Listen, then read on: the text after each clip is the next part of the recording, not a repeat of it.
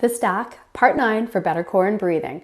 This is for you if you can't keep your head and your neck out of it. Bossy, tight, overused neck muscles, shoulder muscles, right down into that upper rib cage. You might find you have a head forward posture, closed in shoulders, but what it means is you are using your accessory muscles of breathing as your primary muscles of breathing.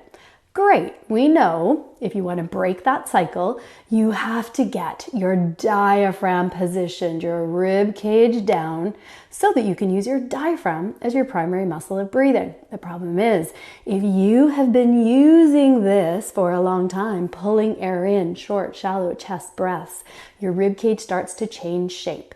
It becomes more cranial, stuck in more of an inspiratory position, and then it's really hard to get it into that caudal expiratory position where we get the diaphragm positioned properly and where you can break the cycle.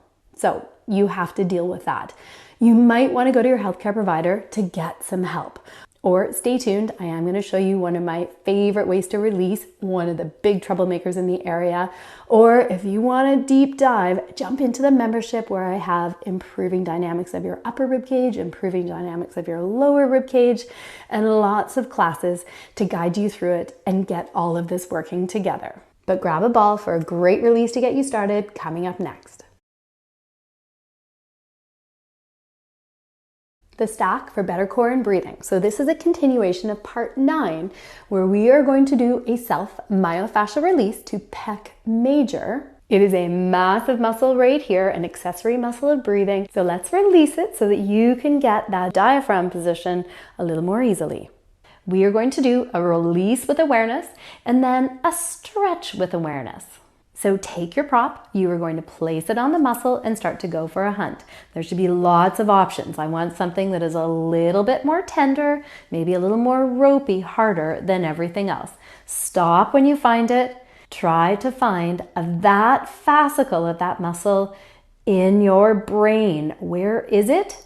And try to turn the volume down just a little bit. Once it has started to release a little bit, we are going to do a stretch with awareness. So the idea is we're going to take that muscle through length, and I want you to let it effortlessly lengthen. So for this, we're going to bring your arm into external rotation, keeping it soft. You're then going to see if you can bring it overhead. You can also increase the stretch by breathing out. So as you breathe out, the ribs come down. And because of the fascial connections, if you turn your head away from that target arm, you should feel a line of tension and just let it effortlessly lengthen.